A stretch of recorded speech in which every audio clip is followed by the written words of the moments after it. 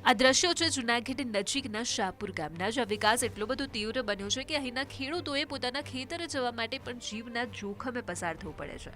કાળવા નદી પર એક નવો પુલ બનાવવાનો હતો. ગ્રાન્ટમાંથી 35 લાખ રૂપિયા ફાળવવામાં આવ્યા અને આ કામ એક મહિનામાં પૂરું થવાનું હતું, પણ વિકાસની ગતિ એટલી બધી હતી કે 3 વર્ષ વીતી ગયા છતાં હજુ પુલ નથી બન્યો. પહેલા તો ટેન્ડર કરવામાં જ સમય બીતી ગયો અને પછી ટેન્ડર થયું તો કામ શરૂ થયું તો કોન્ટ્રાક્ટર સાહેબ કામ અધૂરું મૂકીને રફુચક્કર થઈ ગયા.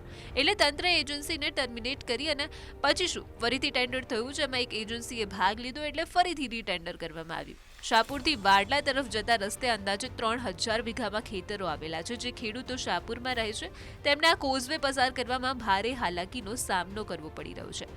ગત વર્ષે ચોમાસામાં આવેલા પૂરમાં કોઝવેની બાજુમાં આવેલા ડાયવર્ઝનનું પણ ધોવાણ થઈ ગયું હતું ને બાદમાં તેના પર જરૂરી સમારકામ પણ નથી થયું અને હાલ ચોમાસું શરૂ થઈ ગયું છે અને જો કોઝવે પણ વ્યવસ્થિત કરવામાં નહીં આવે તો આ રસ્તો બંધ થઈ શકે છે તેવી પરિસ્થિતિનું નિર્માણ થયું છે.